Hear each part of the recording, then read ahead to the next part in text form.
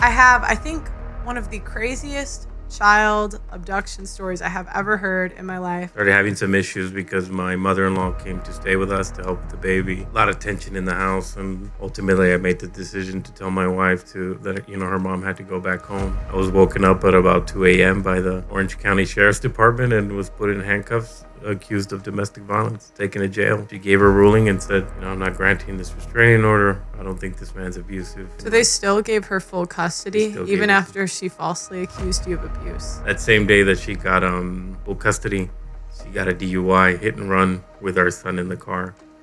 And she was arrested. My lawyer filed an ex parte for full custody of my son, and I got full custody of my son. And then one time, December 15th or 16th, 2020, she came to get him around 3 p.m.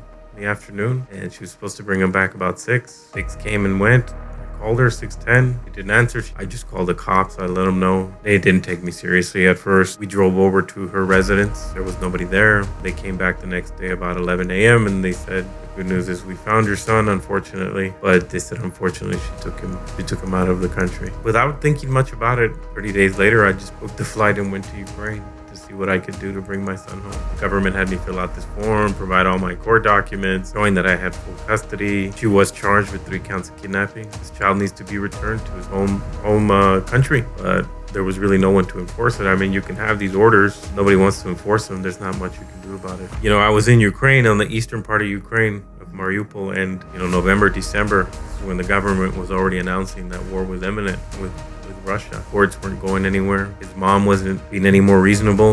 She was determined. My son's grandma brought him to my hotel, and I just walked out the back door, got into a car, drove to another car where there was a driver I hired, and we drove off to the capital of Kiev. About 7 or 8 hours into the drive, we got pulled over by the police, and my son's grandma showed up. I was surrounded by cops, and I had my son in my arms. Damn, I still remember that time, and it was that was a tough thing, because they had these cops, and obviously they had guns with them. And I gave her my son, right? I gave my son just to be cool. And then I remember when the war started, it was kind of felt like I should have maybe just died. You wanted to see your son so bad that you booked a ticket to go into a war zone to get him. I would have gone into a war zone to get him. It's been going on over 3 years since I've seen him in person. And it's hard because, of course, I want to see my son, and it's nice to see him even on FaceTime. But, he doesn't speak English. He doesn't understand English. He doesn't speak Spanish, obviously. He just speaks Russian. And, that's what they say, the things that keep you up at night, and I guess where your faith comes in. But, yeah, those are things that I struggle with every day. Some people have described it as mourning a child that's still alive. But just getting one day to another, and time just kind of flies by for me. I wouldn't say I'm depressed, but, yeah, not a lot of things I look forward to these days.